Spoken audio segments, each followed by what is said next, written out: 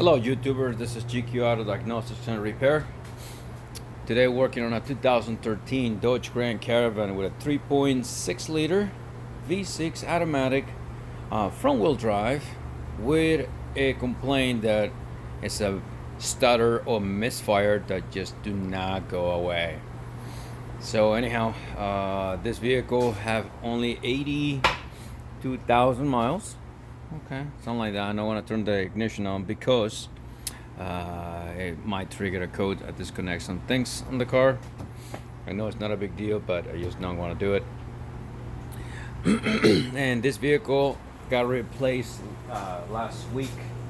Spark plugs that were obviously high miles spark plugs already. It's starting to misfire. Check the code. It was number 4 cylinder misfire. Boom. So spark plugs were bad, so we'll replace it. But unfortunately, after the vehicle drives for a little while, it is not as bad as it used to be, but it is very noticeable. So anyhow, so we went back and rechecked this, and what we found, because I didn't see it right away, and sometimes I'm like everybody else, making mistakes. So anyhow, we're going to remove the intake because number 4 cylinder is right here underneath the intake. But guess what? It's a lot easier than what it looks like. Let's dive into it. First of all, we're going to disconnect this breathing hose. Comes over here into the side of the cylinder head. So you're just going to pull it and it comes out. Boom. That thing is out of the way. Now we remove the top of the air filter cleaner. So what do? You remove these clamps, remove here flat screwdriver or 5/16 millimeter or 8 millimeter wrench if you want it. Boom, this comes out. Like I say, I already did it. I just decided to do a video in the last minute. So you disconnect the airflow meter. I'm sorry, the air intake air temperature sensor. I'm sorry. You squeeze on this tab right here, pull towards you and comes out. Nothing hard, nothing difficult. So then this is the part. Sometimes it's quite tight to get it out of here, but again, very doable. So you're gonna squeeze it, pull, and this is the only thing is holding it here. Where is it? Here. I don't know if you can see, there's a hole there, and you have this. So with a screwdriver, you pop it high, pull it, and then you can remove this. Again, I apologize. I wasn't planning to make a video, but anyhow, I decided at the last minute to do it. So let me get a flashlight so I can show you better. Alright, I got my flashlight. It's 2 things that you guys have to do. Here on the bottom, first of all, you want to pop this little retainer. It goes right there.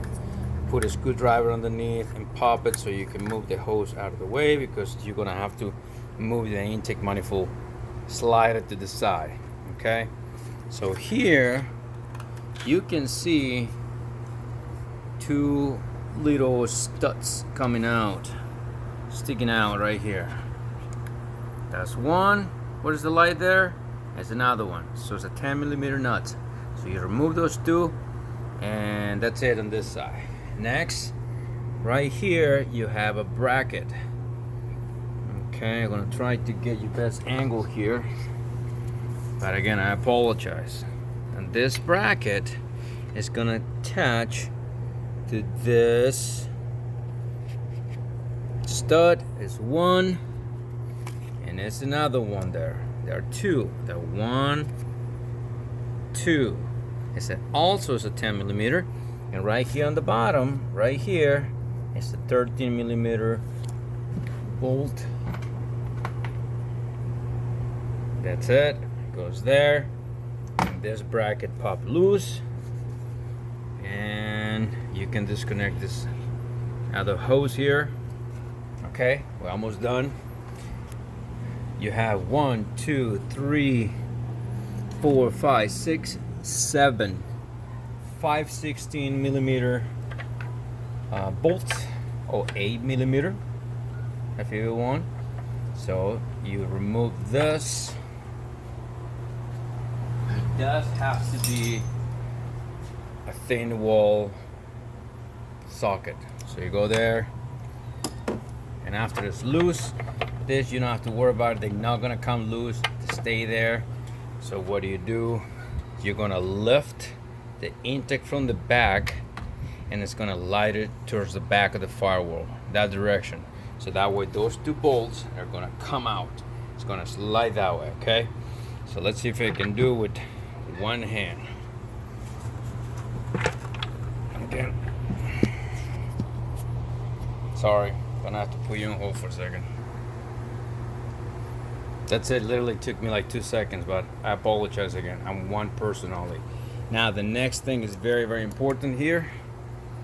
Make sure you cover the intake manifold holes right there. So that way nothing, debris, nothing goes there, okay? Just to be cautious. Number 4 coil is this one. So now let me show you what was the problem. For some reason, it wasn't the coil itself, it was the boot, the coil boot. I don't know if you get that dot right there, right, that spot right there. I'm sure you can see it there. That area, the shadow there, it is where this spark was jumping out of it. See, it's nothing there. We can clean it. It's nothing in any other point beside that little spot. That is the problem. I know it doesn't look like much, but that's the problem. Now this is because it barely started. It begins to fail the boot. Now you can do 2 things. You can either put the whole ignition coil, if that's what you choose to, no problem, or you can just replace the boot. This one is an example of one that's been failing for a long time, or for a lot longer. Okay, this is for a Jeep, 2018 Jeep. Of course, it's a Chrysler product too. And now here, that's how that little spot will look like over time. That is really bad right there. So this is no good. That's how that little, where did I put it?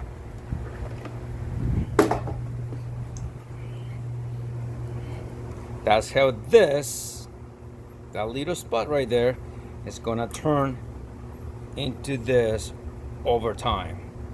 So anyhow, I hope this helped when you're replacing your spark plugs, and pay attention to that.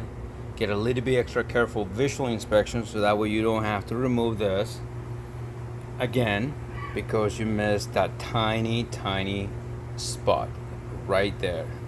Okay, I hope this helped. Please leave your comments below, like and subscribe to the channel.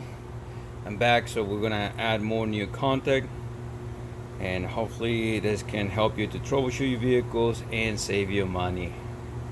Again, this is GQ Auto Diagnostics and Repair. Have a great day. Stay safe out there. God bless you. See ya.